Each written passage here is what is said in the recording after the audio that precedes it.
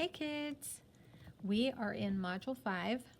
This is Lesson 17, and our objective for today is to draw parallelograms to clarify their attributes and define parallelograms based on those attributes. And so in previous videos, we have been looking at pictures and definitions of various types of quadrilaterals. See the previous videos. This one is like my most recent notebook where we did this in class, and talking about quadrilaterals, four-sided figures. Now this is just a four-sided polygon, and it doesn't have any matching lengths or angles, and so then you start to have attributes that can identify or define certain shapes. The trapezoids were in the previous video for lesson 16 with the only one pair of parallel sides, or really at least one pair of parallel sides, but these other sides don't have to be parallel. Then to make it even more specific, a parallelogram has all of the characteristics of a quadrilateral because it has four sides. It has at least one pair of parallel sides, and then it in fact has two pairs of parallel sides. So we're adding one more qualifying attribute to a parallelogram. That's what we're working on today. And we're also going to have, if you go back and reference the previous videos with all the definitions, the diagonals. We're going to be working with bisecting the parallelograms that we're making today. So you will need several tools, a ruler, set squares really handy, a protractor to measure angles, so we'll keep those close by.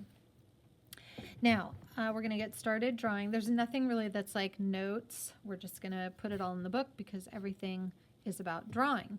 So we're going to draw a parallelogram in each box with the attributes listed. So I'm going to use my set square for this so that I can kind of place it on my ruler. So hold your ruler really still, and then hold your set square still. You kind of have to use your two hands. And I want to have a parallelogram with opposite sides that are parallel and two pairs of them.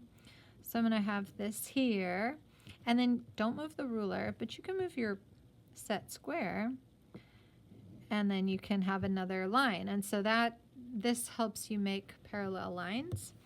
But in this parallelogram, I also want to have these opposite sides that are parallel. So I'm going to close off. Okay, so I'm just going to do this right here.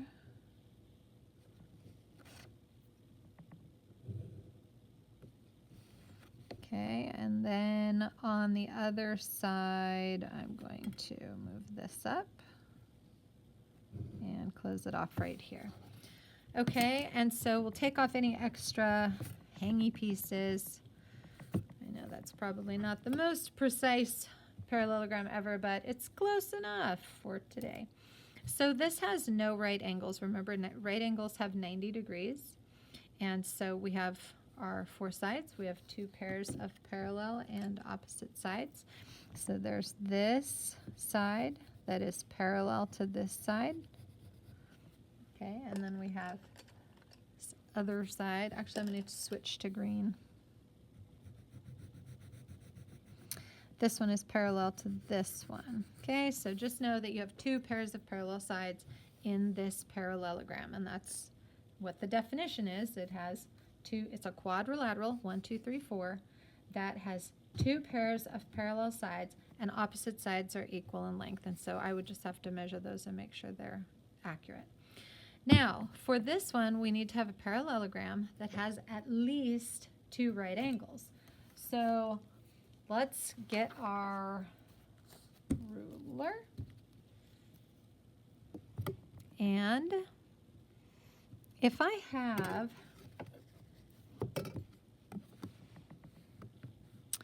a right angle, what I can do here is I can have a right angle, okay, and I need to then have another right angle. So I'm going to have a line that is parallel with this one.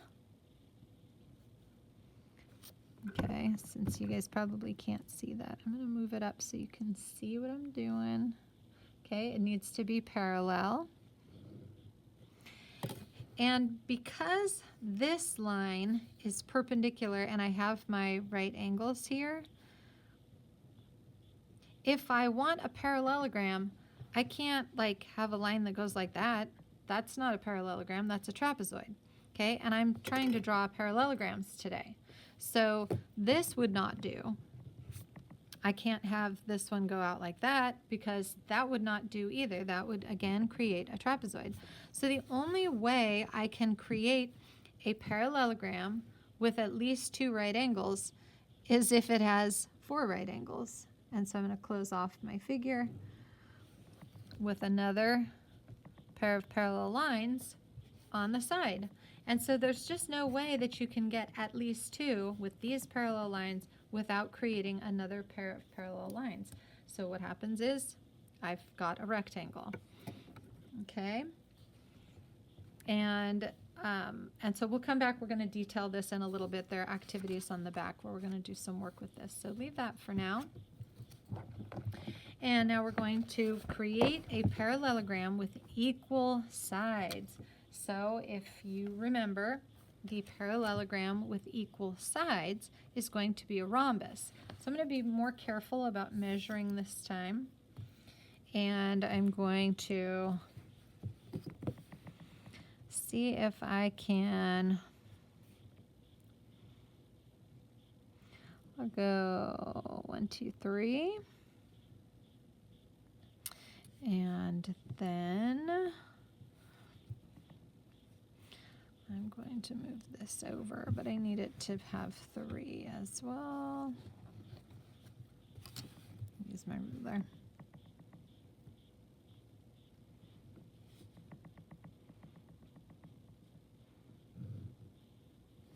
Three. And then this one is going to be parallel and opposite. Okay. This one I should be using my set square.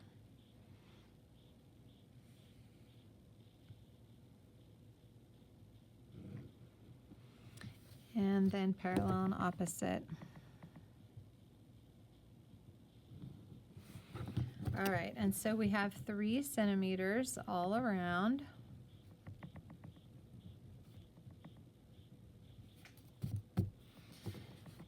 And yet, when I put my set square in the corner, you can tell that it's not quite, if you put it right on the line there, it's not a 90-degree angle. So I don't have any right angles. It's okay. This is going to be a rhombus.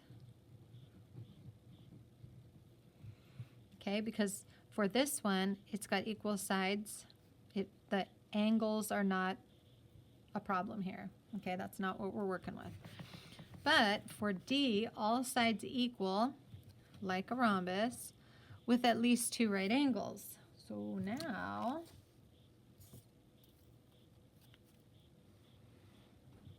and for this one, I'm going to make an inch, and I'm going to go straight to the other side, and then I'm going to go over here, and we're just a little extra. We're so very. Okay. A little extra. And then we can measure with a finer tool like this one. We can measure in, oh, well, that's about 3 centimeters. Exactly. Okay. 3 centimeters, 3 centimeters, 3 centimeters, 3 centimeters. And so if we have at least 2 right angles, again, crossing parallel lines and creating these angles here, you can't help but accidentally create more right angles on the other side when the perpendicular lines cross the parallel lines. If you're going to get these and you have a parallelogram, you're going to end up with a square, best name for this figure, because it has 4 right angles. So, and 4 sides the same length. Now let's take a look at what some of our activities are on the next page, and we'll kind of go back and forth. Use the parallelograms you drew to complete the tasks below. Measure the angles of the parallelogram with your protractor and record the measurements on the figures. Then we're going to use marker or crayon to circle pairs like we did in the previous video on 16. Circle pairs of angles inside each parallelogram with a sum, that means the answer to an addition problem, equal to 180 degrees. Adjacent angles are going to add up to 180. Use a different color for each pair. So let's get our protractors out. And if you remember from yesterday, what I said, or the previous video, was to extend out all of these pieces so that you can measure them easier, so that the end of the ray can be seen. And if you just do it all in one step, then you don't have to go back and do it again.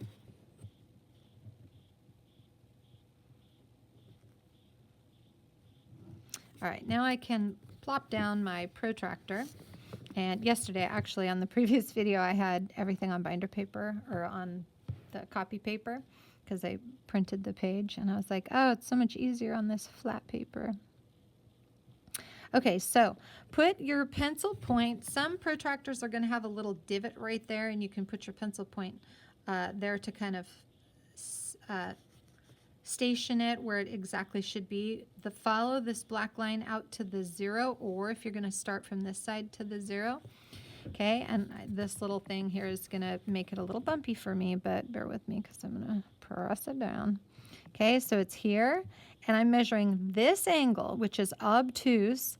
It starts on the 0 here, and it's going to go all the way out. We're using the outer numbers, 10, 20, blah, blah, blah, past the 90. Okay, and I want this line here because it's all the way out to here.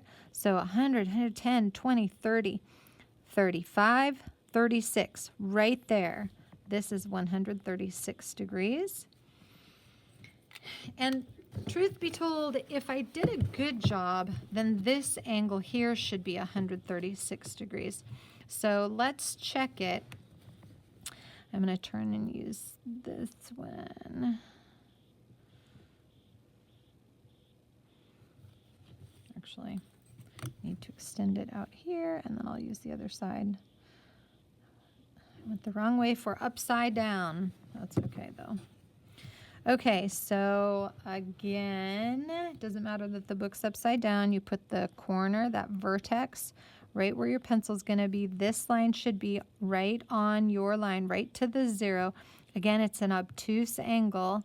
And so you go all the way out on the outside, 110, 20, 30. And if I press my book in, you can see that it's right about at that 135, close enough. And I'm going to call it a 136. Okay, flip it over. Let's measure this one. This is going to be so tight here in the corner. Okay, now these angles here, these tiny ones are acute. We're measuring the acute angles here, so it's going to be less than 90. And again, adjacent angles need to add up to 180. So mathematically, you want to make sure that your work is accurate. Like, make it add up to 180. So if I have 36 and it looks like it's about 45, 10, 20, 30, 40, but it's a little short, what if I have 44 and I take my 136 and I say, well, does it add up to 180? 6 and 4 is 10, 4, 5, 6, 7, 8, and then we get our 180. So this is going to be our 180 pair, or these two, and then this should be the same. So measuring this one, going on the left side. My iPad's in the way. Okay, right on the 0. And again, we go right out here to about 44. 10, 20, 30, 40, 41, 42, 43, 44. And so that's where this ray is going. And so then we can label this one off the page, 44. And so all these angles now have been accounted for, and each pair adds up to 180. So we're supposed to circle them, the adjacent pairs, an obtuse angle and an acute angle. And then a different green. Let's do the dark, and we'll do these two.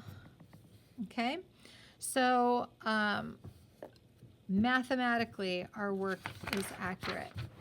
Okay, we measured the angles with the protractor, recorded the measurements. Yay, use a marker to circle the pairs of angles with sums, different colors. Did it. We did it all. Now we have to draw another parallelogram. So, let me move all my stuff over. Get my ruler. All right, I'm going to measure carefully. This one is going to be a flat as regular as I can. All right, let's go 24. Oh, let's turn the lights on. At least it's not so cloudy. It was so cloudy the other day. Lights went out and it was like dark. All right, so we made a 4 centimeter line. So on the bottom, I'm just going to go down here. I probably should have used my set square, but I didn't. Scooching it over.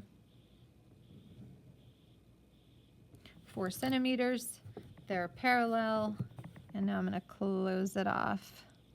And hopefully this is 3, and it is. Yay.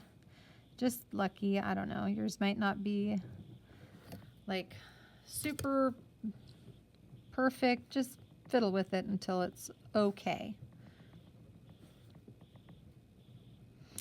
All right, label your measurements. And the next thing we're going to do is draw the diagonals and measure their lengths. Now the diagonals, if you remember from that other notebook, the diagonals are the lines that cut through. They bisect, cut in 2 pieces, a polygon on the inside.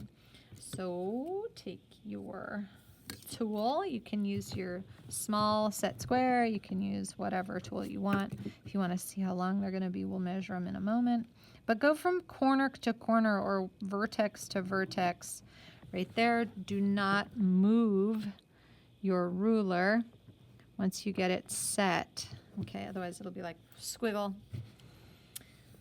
Okay, draw the diagonals. Did it. Measure their lengths. Let's figure this out. Now, notice that this is 4 and this is 3, so they're not exactly the same. And if I want to measure from one side to the other, I'm noticing, well, it's not 3 and it's not 4. It seems to be in between.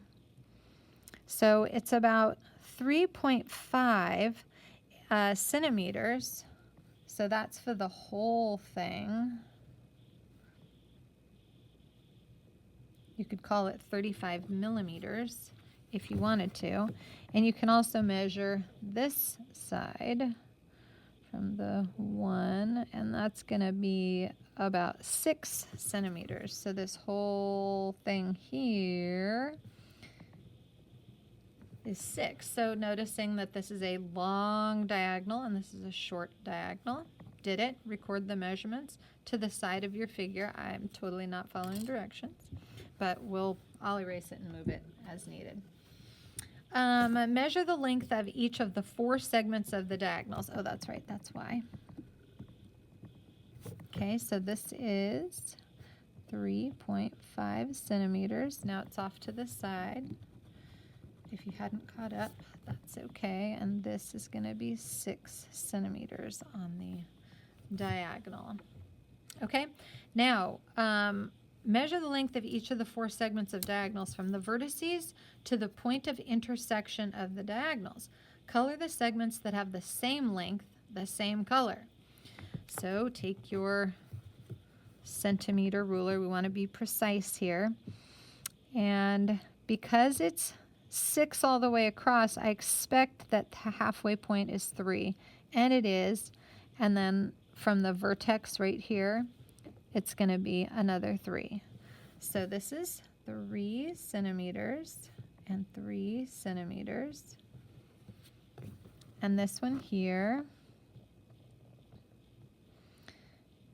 okay, if it's 3.5, it's going to be like a 1.75. And so you can say 1.75. That's when you want to try to get the millimeters, because it'll be more precise. Okay. Color them. Get some colored pencils or something. This is the same as this. And this here is the same. Oops, almost tore the paper up. Could you hear that? Could you hear paper tearing? Okay, so this is the same as this. This is the same as that. So now, done. What do you notice? Well, you notice that when you bisect with diagonals, you're creating equal length pieces. Write that down. You create equal length pieces when you bisect. Bisect a parallelogram. Okay, next. List the properties that are shared by all the parallelograms that you worked with today. Okay, when it comes to parallelograms, you should go back to the definition, the little notebook. Okay, parallelograms. This is going to be the attributes part, and I have one more page to show you in your book, and it's really about these pictures that you're going to see everywhere, how it goes from the outer to the inner, so that quadrilaterals are the outermost general figure, and then trapezoids would be inside of that. Well, after you finish this lesson, they're going to give you another picture where the parallelograms are all inside the trapezoids, because all parallelograms are trapezoids, but not all trapezoids are parallelograms. Sorry if that's confusing. I'm going to probably end up continuing to say it. List the properties that are shared by all the parallelograms you worked with today. Well, they all have 4 sides. These pencils are pooping out. All have 4 sides. Look at me already with another pencil. How many times have they pooped out and I didn't have one? Ah. The attribute of the parallelograms is that they have 2 pairs of opposite and parallel sides. So 2 sets of opposite sides that are parallel.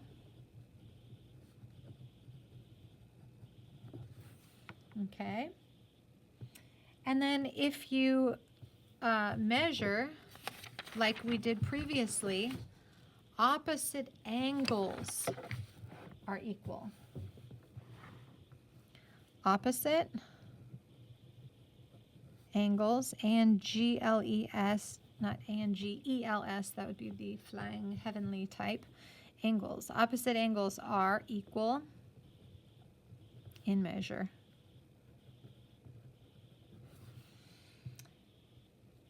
Another characteristic is that the diagonals bisect each other. Cut in two, bisect each other, like exactly equal. That's what bisect means. And then opposite sides are equal in length. Last one, opposite sides are equal in length. Okay, so the last 2 questions. Don't forget to click subscribe and come back again. I hope these are helpful. I know they are. A lot of people have said they are. But when can a quadrilateral also be called a parallelogram? And when it has, drum roll, 2 sets, because it can't, a quadrilateral just has 4 sides. It doesn't have any clarifying attributes. So a parallelogram has to have 2 sets of opposite sides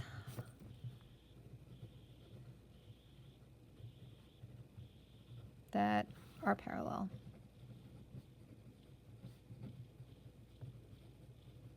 Okay, hence the name parallel. Parallelogram. And the last one, when can a trapezoid also be called a parallelogram? A trapezoid only has 1 pair, so if you want to call it a parallelogram, when it has two sets of opposite sides that are parallel. Okay, so you can change a quadrilateral to a parallelogram or a trapezoid to a parallelogram. They just need two pairs of opposite sides that are parallel. Yay, we're done with another one. So come on back and we will get more into geometry on the next video. Bye for now.